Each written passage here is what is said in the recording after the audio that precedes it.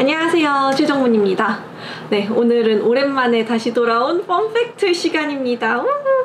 지겨워 없는 공급 계속해서 이어나가 보겠습니다. 네, 오늘은 수학에 대한 재미있는 여러 가지 이야기를 소개해드리려고 하는데요. 수학은 어떻게 문명을 만들었는가? 이 책에 너무 재미있는 얘기가 많더라고요. 그래서 펀팩트? 라고 생각해 주셔도 되고, 어떤 책인지 책을 소개해드린다, 책 추천 영상에 더 가까울 것 같습니다. 일단 이 책은 수학에 대한 교양 서적이고요. 수식이 많이 나오는 그런 책은 아니고 글로 여러 가지 재미있는 이야기들을 소개하고 있는데, 제가 느꼈을 때는 일반적인 과학 교양 서적 아니면 수학 교양 서적 이런 거 중에서는 조금 난이도가 있는 편인 것 같아요. 수학에 대해서 조금 더 깊이 있게 이해할 수 있게 해주는 책이라고 저는 생각을 하거든요. 성인분들도 굉장히 재미있게 읽으실 수 있는 책이라고 생각을 하고요. 이 책에 재밌는 일화들이 너무 많이 소개가 돼서 꼭 소개를 해드리고 싶었어요. 요즘 제가 굉장히 재미있게 보고 있는 프로그램 중에 하나가 스트리트 우먼 파이터거든요. 그래서 오늘 이 영상의 제목을 아마 그거를 좀 오마주해서 스트리트 수학 파이터라고 한번 지어보려고요. 수학 아니면 수학자 하면 왠지 모르게 혼자서 막 종이랑 연필만 들고 막 이러고 있을 것 같은 이미지가 저는 떠오르거든요. 또 이 수학의 세계가 상당히 다이나믹했더라고요. 정말 스트리트 수학 파이터부터 막장 드라마를 뺨치는 가족사 여러 가지 재미있는 얘기들이 너무 많이 있습니다. 일단 요즘 트렌드인 수우파, 요즘 스트리트 우먼 파이터로 이 댄스 배틀이 굉장히 핫하잖아요.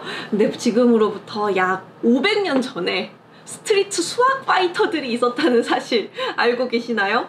정말 믿을 수가 없죠. 이게 심지어 두 명이서 우리 둘이 어디서 만나서 하자 이게 아니라 사람들, 정말 구경하는 사람들이 있고 딱 두 명이 나와서 수학 배틀을 하는 거예요. 이 책에서 1548년에 있었던 수학 배틀이 소개가 되는데요. 밀라노 프라티 조콜란티 정원에서 대중 수학 대결이 펼쳐집니다. 페라리라는 사람과 타르탈리아라는 이 두 명의 수학자가 사람들을 모아놓고 정원에서 서로의 수학 실력을 겨루는 거죠. 이때 주된 문제들이 3차 방정식, 4차 방정식을 푸는 거였는데요. 당시만 해도 3차 방정식을 푸는 게 굉장히 어렵고 일반적으로 어떻게 풀어야 되는지 알려져 있지 않았나 보더라고요. 문제가 이런 식이었대요. 모서리 수와 건널비를 더한 값이 해당 정육면체의 부피와 한 면의 넓이 사이의 비례량과 같은 정육면체가 있다. 이 정육면체의 부피는? 이런 건데 이렇게 문제를 내면 상대방이 그 문제를 듣고 푸는 거죠. 사실 얼핏 들으면 수학 대결을 이게 보는 게 재미가 있나? 저 사람 문제 푸는 거를 왜 보지? 하는데 또 볼만할 수도 있다는 생각이 드는 게, 방정식을 내가 직접 풀려면 되게 어렵잖아요. 상대가 답을 얘기했을 때 이게 맞는 해인지 아닌지 아는 거는 너무 간단한 거죠. 예를 들면은 x세제곱 더하기 x 더하기 1은 0이라는 방정식을 푼다고 생각했을 때 상대가 답이 2야 라고 하면 이건 2가 아닌 걸 너무 쉽게 알 수 있잖아요. 그래서 그 당시에는 이게 대중적으로 볼만한 구경거리가 됐나 보더라고요. 제가 방금 소개해드린 그 스트리트 수학 파이터들의 결과가 어떻게 됐을까요? 이 타르탈리아가 페라리의 스승이에요. 근데 안타깝게도 스승인 타르탈리아가 페라리가 낸 문제를 하나도 풀지 못하고 패하게 됐고요.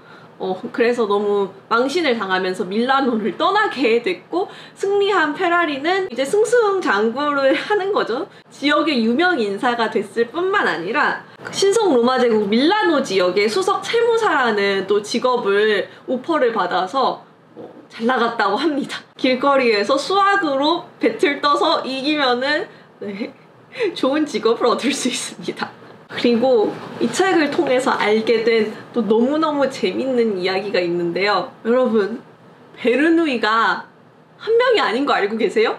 저는 진짜 이 책을 읽으면서 처음 알았어요. 특히 이공계 전공하시는 분들은 여러 과목에서 베르누이가 여기저기 나와요. 베르누이의 원리 같은 경우는 유체역학 쪽에서 나오는 그런 개념인데, 또 통계학 공부를 하다 보면 베르누이가 또 나오거든요. 베르누이 분포라는 게 있어요. 저는 그래서 그렇게 생각을 했죠. 베르누이가 되게 이것저것 많이 하셨구나. 근데 이 책을 읽으면서 그 베르누이들이 한 명이 아니라 여러 명이라는 걸 알게 됐습니다. 그러니까 완전히 남인 베르누이가 아니라 다 어떻게 보면 가족인 거죠. 한 일가인 건데 이 베르누이 일가가 대단한 뭐 명문가더라고요. 그 베르누이 가문의 수학자만 8명일 정도로 뛰어난 가문이었는데 이 가문의 스토리를 자세히 파고들어 보면은 이거 거의 뭐 K 막장 드라마 뺨치는 엄청난 일들이 있었거든요. 베르누이 집안을 이해하기 위해서는 많은 베르누이가 있지만 한 3명 정도의 중요한 베르누이가 있습니다. 첫 번째로 형인 야코프 베르누이, 그 동생인 요한 베르누이, 그리고 요한 베르누이의 아들인 다니엘 베르누이가 있습니다. 통계에서 나오는 베르누이 분포, 베르누이 시행 이런 거 이야기할 때 그건 누가 한 거냐? 바로 형인 야코프 베르누이의 업적입니다. 다니엘 베르누이는 그 유명한 베르누이의 원리, 유체역학에 나오는 베르누이의 원리가 바로 다니엘 베르누이가 만든 거거든요. 그럼 요한 베르누이 동생은 무엇을 했냐? 동생도 대단한 분이에요. 이분도 상당히 뛰어난 분인데 어디서부터 이 요한 베르누이가 잘못됐는지 저는 잘 모르겠어요. 형인 야코프랑 동생인 요한이 처음에는 같이 협력을 해서 연구도 하고 잘했는데 둘이 어느 순간 사이가 틀어지게 돼요. 동생인 요한도 난 형한테 빚진 거 없다, 형한테 의지 안 해도 나 스스로 할 수 있다 막 이렇게 되고 형인 야코프도 내 논문, 내 연구한 결과들 동생 절대 못 보게 해라 막 이런 식으로 유언을 남길 정도로 아주 크게 사이가 틀어지게 됩니다. 요한의 아들인 다니엘, 이 대대손손 수학자 집안에서 태어났으니 얼마나 이 친구도 어렸을 때부터 똑똑했겠어요. 근데 왠지 모르게 요한은 자꾸 아들이 어렸을 때부터 막 미적분학도 공부하고 싶고 수학 공부를 하고 싶은데 안 시켜줘요. 끝끝내 막 수학 공부를 못하게 하고 의대를 보내서 의학 공부를 하게 만들었거든요. 근데 뭐 결국에는 다시 이제 수학의 길로 아들인 다니엘도 들어오게 되는데요. 아빠인 요한이 가르쳐보니까 얘가 너무 잘하는 거죠. 그래서 깜짝 놀란 거죠. 그러고 나서 1734년에 파리 과학원이 주관한 대회에서 아빠인 요한 베르누이와 아들인 다니엘 베르누이가 같이 1위로 수상을 하게 됩니다. 근데 보통 일반적인 가족이면은 우리 아들 너무 잘했어, 아니면은 아들이랑 뭔가 같이 이뤄내서 좋다 이럴 법도 한데 왜 그랬을까요? 요한은 이 영예를 아들과 나누는 게 너무 싫어서 아들을 보고 집을 나가라고 합니다. 상상치도 못한 전개죠? 그렇게 해서 다니엘이 집에서 내쫓기고 몇 년 뒤에 결국에 같은 데에서 다니엘이 혼자 상을 타게 되고 요한은 이제 아들의 실력이 이렇게 점점 치고 나가는 동안 뒤처지게 되는 거죠. 근데 이거를 굉장히 받아들이기가 힘들었나 봐요. 1738년에 아들인 다니엘 베르누이가 유체역학이라는 책을 발표를 합니다. 근데 아빠인 요한 베르누이가 얘가 내 책을 표절한 거다 이렇게 발표를 해요.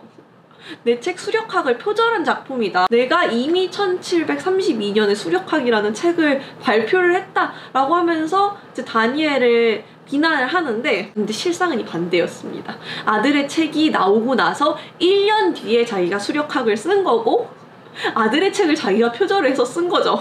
아들이 잘하는 것에 열등감을 느끼면서 분노하는 것을 넘어서서 아들을 본인이 표절했으면서 아들이 날 표절했다고 비방하는 아버지, 참 사실 저는 잘 이해가 안 되는데요. 어떻게 보면 막장 드라마보다도 더 막장인 이야기가 아닌가라는 생각이 들었습니다. 근데 여러분, 요한 베르누이가 뭐 그렇다고 해서 막 열등감만 많이 있고 막 실력 없고 이상한 사람이고 그런 건 아니거든요. 왜냐하면 요한 베르누이가 굉장히 유명한 수학자인 오일러가 여러분들을 힘들게 하는 많은 그 숫자들을 발견을 했습니다. 자연상수 2라든지 아니면은 허수 I 이런 거 다 오일러가 한 거거든요. 이 오일러의 스승이 요한 베르누이라고 해요. 그러니까 요한 베르누이도 굉장히 뛰어나신 분이었는데 무엇이 그를 이렇게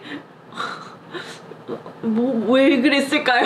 이해가 잘 되지 않죠? 이렇게 생각보다 수학사 안에서도 재미있는 일들이 엄청 많이 일어나고 있습니다. 이 책은 제가 8월에 제가 운영하는 북클럽에서 함께 읽었던 책이고요. 좀 잘 선정한 책이라고 생각하기 때문에 여러분들한테도 한번 소개를 해드리고 싶었어요. 저는 이 책에서 서문에 서문에 있는 말이 참 인상 깊었는데요. 자신이 수학적 한계에 부딪혔던 순간이 아직도 떠오른다고 그렇게 서문에 적어주셨거든요. 당신의 사연은 나와 다르겠지만 어느 순간 우리는 모두 마지막 수학 수업을 떠났다. 이 말이, 이 문장이 너무 참인 거예요. 다행히도 우리 뒤에 있는 강의실 문은 닫히지 않았다. 그러니 다시 돌아가 보자. 이렇게 하면서 이제 책이 시작이 되는데, 이 책을 읽으면서 다시 좀 수학에 대한 흥미와 재미를 느낄 수 있었던 것 같아서 너무 좋았고요. 여러분들도 한번 읽어보시길 추천드리겠습니다. 네, 오늘 펀팩트는 다소 엉성한 구성, 엉성한 진행, 좀 뜬금없는 이야기. 하지만 중요한 건 뭐다? 스트리트 수학 파이터. 전 다음에 다른 영상으로 다시 인사드릴게요. 안녕.